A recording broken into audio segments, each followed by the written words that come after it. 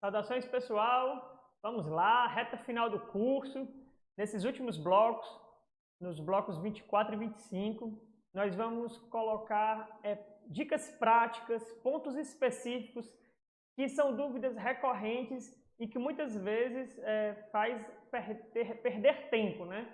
O advogado perde tempo, muitas vezes com algumas dúvidas, com alguns detalhes da prática administrativa previdenciária, e que a gente aqui vai pontuar, vamos detalhar, vamos tirar dúvidas, explicar como é que funciona alguns itens bem específicos mesmo, que só quem lida ali no dia a dia da prática administrativa previdenciária é que conhece e que vê todos esses detalhes de siglas, de procedimentos, e é o que a gente vai aprender agora. Então vamos lá. Na questão das perícias, né? Vamos conversar sobre as perícias. Hoje em dia, na perícia de benefício por incapacidade, benefício por incapacidade temporária, né, o antigo auxílio-doença, atualmente só tem, em regra, 3 perícias, né, que é o AX1, que é a perícia inicial, a PMC, que é uma perícia médica conclusiva, e a PMR, que é uma perícia médica resolutiva.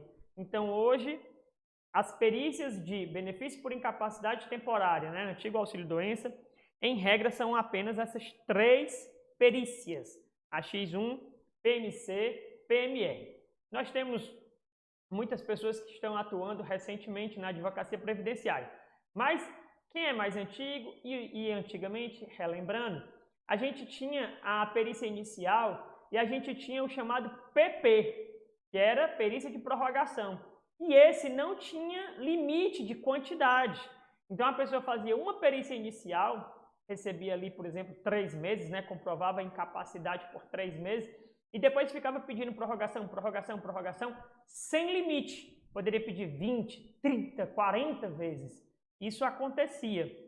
E aí, quando tinha um indeferimento, existia a figura do PR, que era uma perícia de reconsideração. E a única regra era que não fosse o mesmo perito. E aí seria uma segunda análise porque houve um indeferimento. Então, antigamente era perícia inicial, PP de pedido de prorrogação, de perícia de prorrogação, sem limite, e depois tinha o PR, que era uma perícia de reconsideração quando tinha indeferimento. Mudou, já faz um bom tempo, e atualmente a gente só tem o AX1, perícia inicial, PMC, perícia médica conclusiva, e PMR, perícia médica resolutiva. Ok? Então só existem essas 3 perícias. Ah, benefício foi implantado judicialmente. Eu vou pedir uma prorrogação. A pessoa fez a perícia presencial, teve concessão. Eu vou pedir uma prorrogação? Sim. Solicitar a prorrogação? Sim. Né? Então se manteve a sigla PP como pedido de prorrogação. Mas o pedido de prorrogação vai gerar ou uma perícia conclusiva, PMC, ou uma resolutiva, PMR, que seria a última. Então, o benefício foi implantado judicialmente. Quando você vai pedir a prorrogação, você já vai direto para PMC, já vai direto para a perícia médica conclusiva. Por quê? A inicial considera-se que ocorreu lá no judiciário. Recebeu uma concessão na segunda perícia, né? Na PMC, perícia médica conclusiva. Depois já vai para a resolutiva. A resolutiva, como o próprio nome já indica, é para resolver. Ou é caso de sugerir aposentadoria por incapacidade permanente, a antiga aposentadoria por invalidez, ou é a última vez que vai ser prorrogado, enfim. Depois dessa perícia, não terá uma próxima perícia. No sentido de prorrogação, não. Nada impede de você depois fazer um novo requerimento, mas perícia mesmo, somente essas 3 em regra. Aí pode acontecer de alguém dizer assim, mas professor, eu tenho um caso que a pessoa fez a perícia presencial inicial e depois eu fiquei prorrogando várias vezes no automático. Isso aí é o PMAN, que é o pedido de manutenção automática, que ocorre quando as agendas estão para muito longe e aí a direção central, né, a Previdência Social, cria a ferramenta do PMAN, que é a perícia que não acontece, né, um pedido de perícia, mas que gera uma prorrogação automática, né, uma manutenção, ok? E aí, na questão de Quando muda da perícia inicial para perícia médica conclusiva e para perícia médica resolutiva, o perito vai tendo, digamos, uma limitação de resultados. Ele não pode mais ficar só prorrogando um pouco tempo, ele tem que tomar uma decisão de acordo com a incapacidade.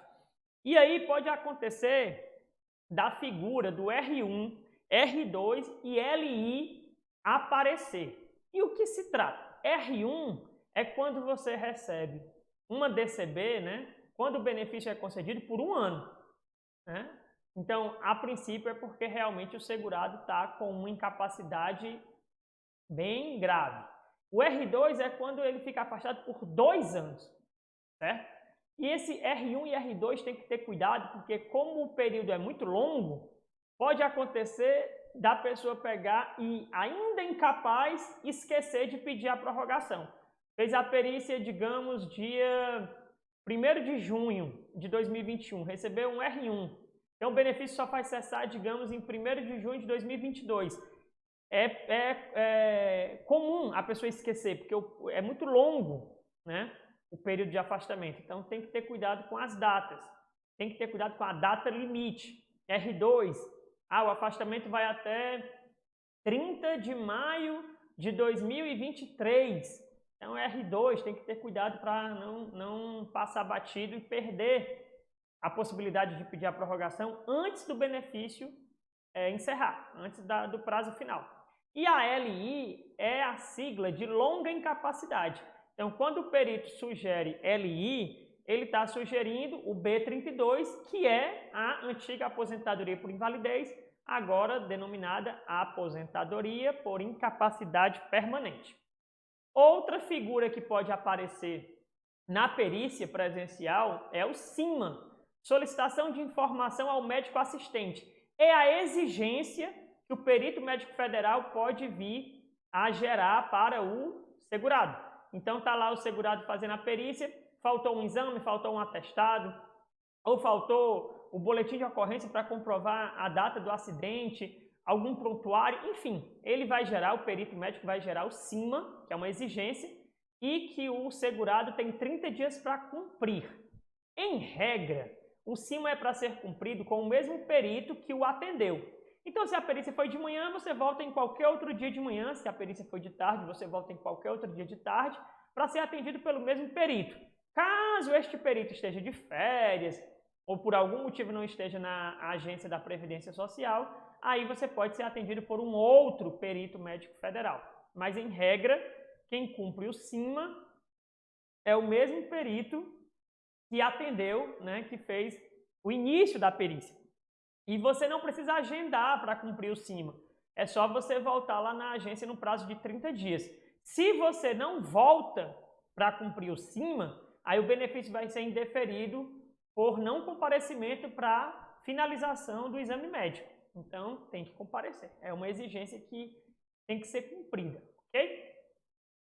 A perícia hospitalar ou domiciliar, residencial, ela tem que ser solicitada com antecedência, certo? Em regra, é para ela ser solicitada até 7 dias antes da data que está marcada. Então, o segurado está com a perícia marcada para o dia 10 de junho, por exemplo. Então, 7 dias antes, mais ou menos dia 3 de junho, a família ou o advogado vai na agência da Previdência e diz, ele não vai poder comparecer porque ele está hospitalizado. E aí vai apresentar um documento médico e um documento do hospital provando que ele está lá internado, no setor tal, no quarto tal, e aí vai pedir a perícia hospitalar. Então tem que ser solicitada com antecedência. Outra coisa é a perícia do auxílio acidente, né? Muitas pessoas ainda acham que precisa fazer o auxílio doença para poder requerer o auxílio acidente. Não, existe a perícia própria do auxílio acidente. Então imagine que você atendeu no seu escritório de advocacia um segurado especial, um agricultor, que há 5, 10 anos atrás ele sofreu um golpe com a enxada ou com a foice, enfim. Infelizmente ele pegou e teve ali uma lesão consolidada, perdeu um pedaço do pé, ou perdeu dedos, enfim. E são situações em que há uma redução de capacidade laborativa. Então ele tem uma lesão consolidada, que gerou diminuição da capacidade laborativa para o que ele habitualmente exercia. Então, fechou os requisitos para poder requerer o auxílio-acidente. Então, você pode agendar uma perícia direta para o auxílio-acidente. Existe a perícia já específica direta para o auxílio-acidente, sem ter que passar pelo requerimento de benefício por incapacidade temporária, o antigo auxílio-doença. Ok? A perícia de reabilitação profissional ocorre quando o segurado ele vinha recebendo benefício por incapacidade temporária, só que a situação dele é enquadramento para reabilitação profissional. Então, normalmente quando sai o resultado, tem lá o resultado da última perícia dizendo que ele vai ser encaminhado para reabilitação profissional. E aí ele tem que pegar e agendar a perícia para reabilitação profissional. É muito comum, às vezes, a pessoa simplesmente ignorar e não agenda a perícia para reabilitação profissional e mais cedo ou mais tarde o benefício vai ser cessado e ele não sabe o porquê. Então tem que agendar a perícia para reabilitação profissional, que também, em regra, não tem limite. A pessoa pode ficar na reabilitação profissional por um longo tempo. Não é o indicado, mas pode acontecer. A perícia de maior inválido se enquadra, é a situação no caso de requerimentos de pensão por morte, lembrando que teve alteração recente, que antes a invalidez teria que ser anterior aos 21 anos. Agora não, basta que a invalidez tenha ocorrido anterior ao óbito do instituidor e que este filho, apesar de maior, é um maior inválido e dependia do seu pai ou da sua mãe que faleceu. Então, a perícia de maior inválido é uma perícia que ela faz parte do requerimento de pensão por morte. Ok? E nós temos a perícia da Lei Complementar 142, que é a perícia da aposentadoria da pessoa com deficiência e que é uma perícia que é uma avaliação conjunta do perito médico federal com a assistente social. Tanto que abaixo a gente tem aí a situação das avaliações sociais, que a gente vai comentar sobre o B87, e tem abaixo aí a avaliação também da LC 142, porque é conjunto. A avaliação e perícia da LC 142 é conjunto, perito médico federal com assistente social. Agora, falando das avaliações sociais, o benefício assistencial da pessoa com deficiência, que é o B87, é muito comum também o advogado dizer: ah, mas eu quero a cópia do laudo, eu quero a cópia do laudo médico, eu quero a cópia da perícia médica do benefício assistencial da pessoa com deficiência. E não tem porque não é uma perícia realizada com laudo médico, como, por exemplo, no benefício por incapacidade temporária. É um questionário que se preenche e que, ao final, chega-se ao resultado. E quando sai esse resultado, ele sai em forma de letras. Letras L para leve, M para moderado, G para grave e C para completamente comprometido.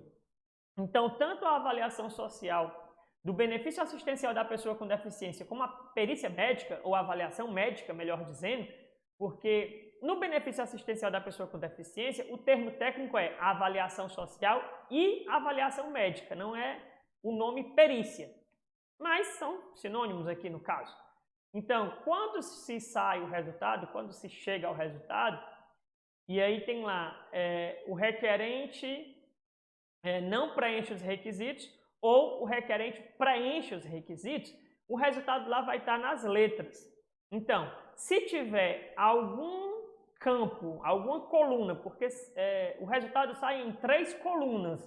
Então, a primeira coluna, ela é o resultado apenas da avaliação social. A segunda coluna é o resultado conjunto da soma da avaliação social com a soma da avaliação médica. E a terceira coluna é apenas a análise da avaliação médica, porque são fatores, né? Fatores sociais, fatores ambientais, que aquele requerente de benefício assistencial, ele passou por essas avaliações para ele comprovar o quanto existem obstáculos, o quanto ele fica impedido da vida em sociedade e até de conseguir se prover, de prover seu próprio sustento. Então, o resultado sai em letras. Quando você pega as 3 colunas e a primeira tem um L, dá para você saber que, opa, ele não passou, né, na linguagem popular, ele não foi aprovado, foi na avaliação social. Quando é na coluna do meio, então foi a soma das avaliações. E quando é só na terceira coluna, então a aprovação não ocorreu, ele não comprovou o enquadramento aos requisitos. Na terceira coluna é da avaliação médica. Então, se tiver qualquer L de leve, esse benefício vai ser indeferido. Agora, se tiver tudo M moderado, moderado, moderado, também será indeferido. Se tiver só M e G, será aprovado. Se tiver só G, será aprovado. Se tiver só M com C, só G com C, aprovado. Porque C é de completamente comprometido, né? Então, a situação do requerente é completamente comprometida. Ele realmente não tem como se prover, não tem como prover seu próprio sustento, não tem condições de elaborar. Então, realmente tem obstáculos para a vida em sociedade, pelo menos naquele momento. Ok? Então, é com essas letrinhas que sai o resultado da avaliação social e médica do benefício assistencial da pessoa com deficiência. Se tiver L, é de leve, não vai ser concedido. Se tiver tudo M de moderado, não vai ser concedido. Se só tiver M e G, MG, por exemplo, ou G, M, enfim. Se tiver só G com M, aí será. Só G será também. E com C, aí sim será concedido também. Então, não concessão é tudo M, ou então se tiver um L, em qualquer momento que aparecer o L, não será concedido, porque algum obstáculo é leve, e aí o benefício será indeferido, o requerimento será indeferido, o benefício assistencial da pessoa com deficiência não será concedido, nesses casos que aparece a letra L no resultado das avaliações. Ok? Aí agora a gente vai conversar sobre as exigências. Exigências é um ponto muito importante na prática administrativa previdenciária. No processo administrativo previdenciário, um bom cumprimento de exigência pode gerar uma concessão. E a falta do cumprimento de exigência ou o cumprimento parcial sem justificativa pode certamente levar ao indeferimento. A gente sempre trabalha, e ao longo do curso a gente falou sobre isso, que um dos principais trabalhos é evitar exigência. A gente tem que fazer o processo redondo, que é para não ter exigência. Mas caso tenha, a gente também tem que saber lidar com essas exigências. Vamos lá. Qual é o prazo ordinário? 30 dias. Então a exigência dentro do INSS, dentro da prática administrativa previdenciária, ela tem prazo ordinário de 30 dias. Agora, quando você fez lá o requerimento, tinha lá a opção, deseja acompanhar pelo meu INSS, você colocou sim, colocou seu e-mail, colocou seu telefone de contato, em regra o seu celular, aí você já cai aqui para a situação de 35 dias, olha. Por quê? A comunicação remota são 35 dias. Qual é a fundamentação? Artigo 42 da Resolução 166 da data cabalística 11/11/11, né? Então, para quem deseja acompanhar remoto, você tem aí um bônus de 5 dias, porque subentende-se que você vai levar um tempo para receber aquele e-mail, para receber aquele SMS. Então, a sua exigência será contada 35 dias se você optou pela comunicação remota, ok? Agora, passado o período de isolamento, né, devido à Covid-19, voltou, né, teve agora a retomada da verificação de agendamento para cumprimento de exigência. É agora a portaria recente, portaria 1305, agora de 1º de junho de 2021. Então, o que é que acontece? O servidor, lá no processo administrativo, criou uma exigência. Criou a exigência para o dia, digamos, 1º de abril. Criou a exigência no dia 1º de abril. O prazo, 30 dias, né? Ou 35, se optou pela comunicação remota. Passado esse prazo, ele já poderia encerrar a tarefa, indeferir o requerimento, porque não houve o cumprimento de exigência. Mas agora o que é que acontece? O requerente, o advogado, ele pode optar em agendar o cumprimento de exigência. E aí o servidor tem que verificar se no último dia do prazo, se até o último dia do prazo, não existe esse agendamento. Porque se tiver esse agendamento, aí não pode indeferir, não pode encerrar a tarefa com a alegação de não cumprimento de exigência, uma vez que existe o agendamento para o cumprimento da exigência. Então, digamos que o último dia do prazo para cumprir a exigência fosse, por exemplo, dia 5 de maio. É o último dia. Só que exatamente no último dia, dia 5 de maio, o advogado ou o requerente agendou o cumprimento de exigência. Criou a tarefa de agendamento para cumprimento de exigência e caiu, por exemplo, para o dia 10 de agosto. Pois pronto. Como ele está agendado para o dia 10 de agosto, não pode encerrar essa tarefa. Não pode indeferir esse benefício com a alegação de não cumprimento de exigência. Vai ter que aguardar essa data que está agendada e isso foi retomado, já era assim, tinha dado uma parada porque os cumprimentos estavam somente virtuais, mas agora que voltou a alguns atendimentos presenciais, então essa verificação de agendamento, se tem agendamento de cumprimento de exigência, voltou agora com a portaria 1305, agora de 1º de junho de 2021. E a dilação de prazo? A dilação de prazo, ela é muito comum, é muito necessária, agora ela tem que ser justificada. Tem que explicar por que você está pedindo uma dilação de prazo. Qual é o prazo ordinário? 30 dias. São corridos, não são dias úteis.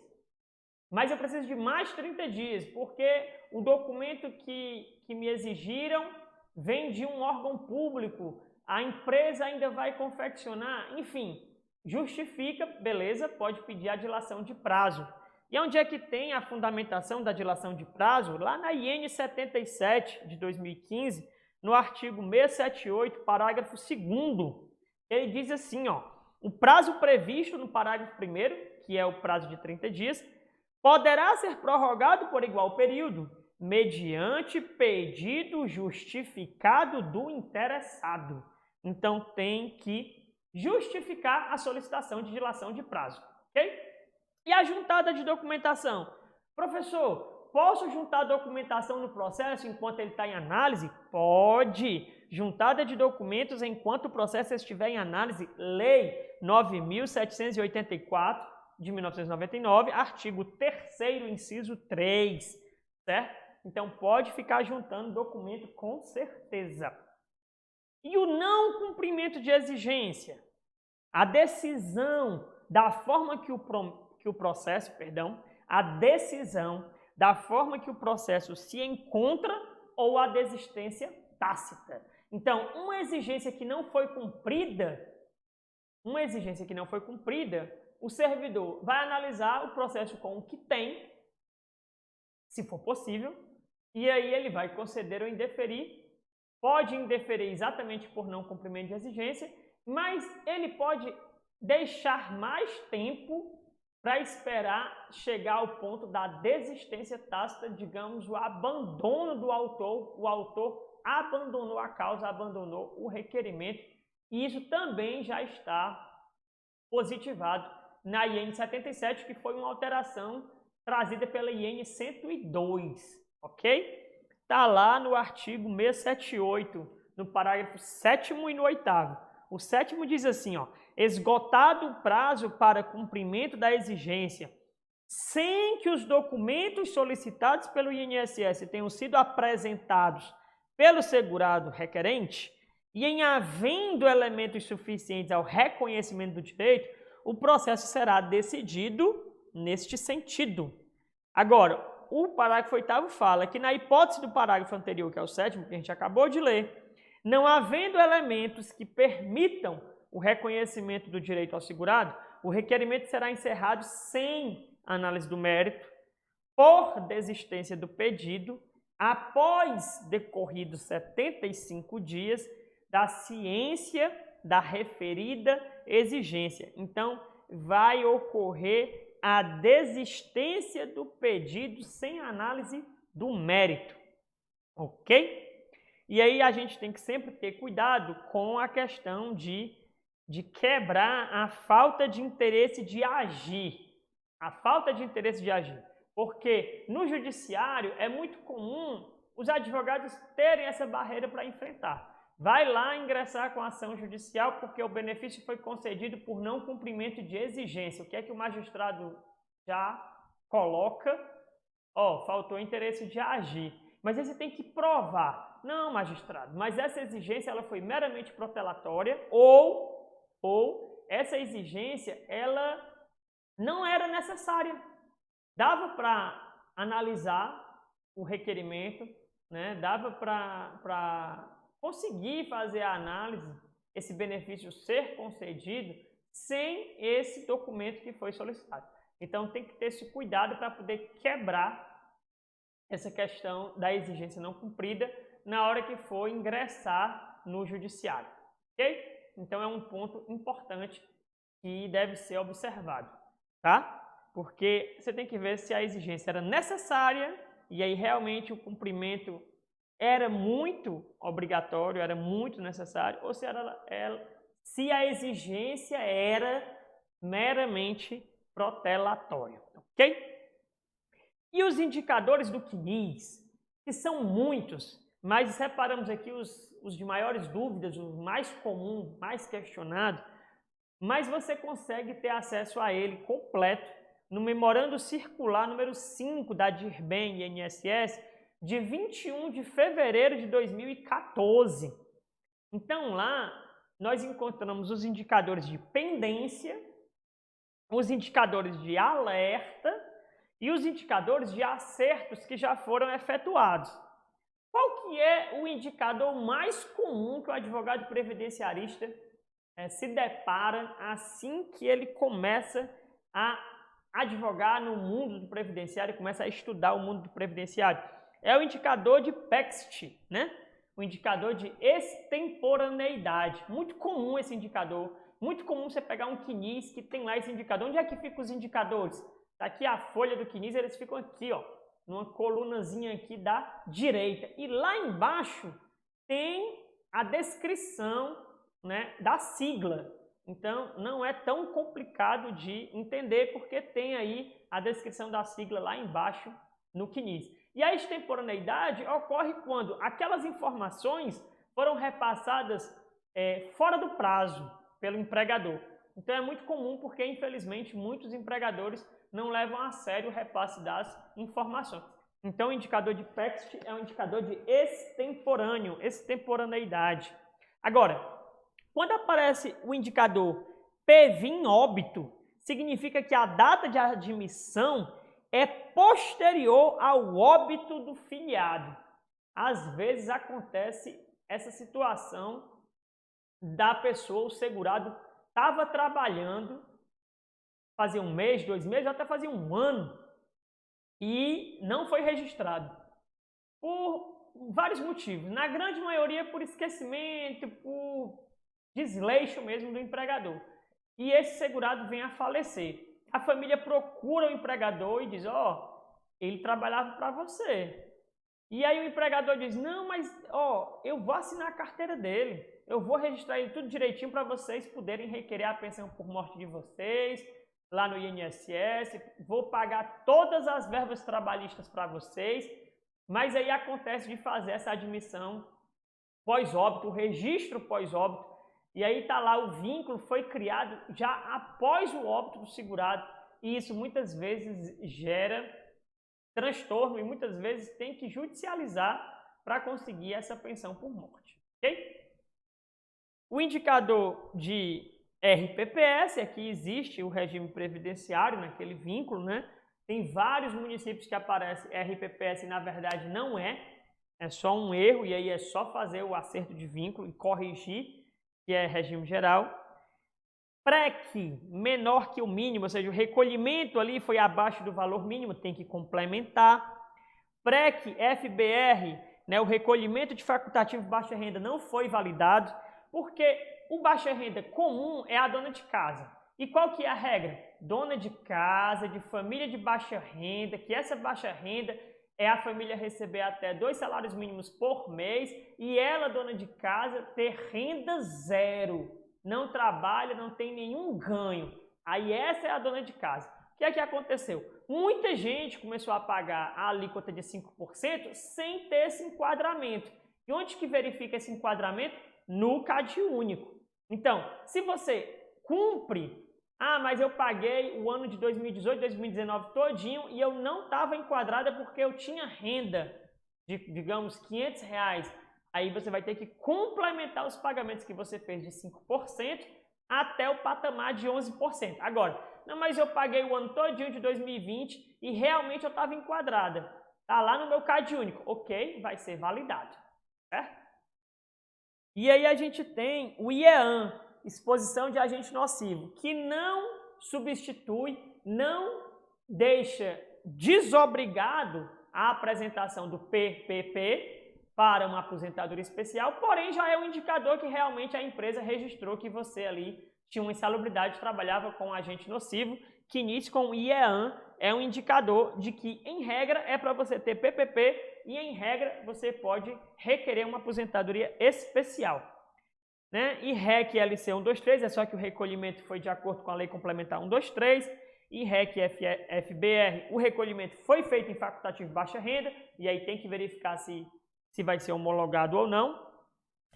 E REC Independe são recolhimentos com indicadores ou pendências, aí tem que ver qual é essa pendência.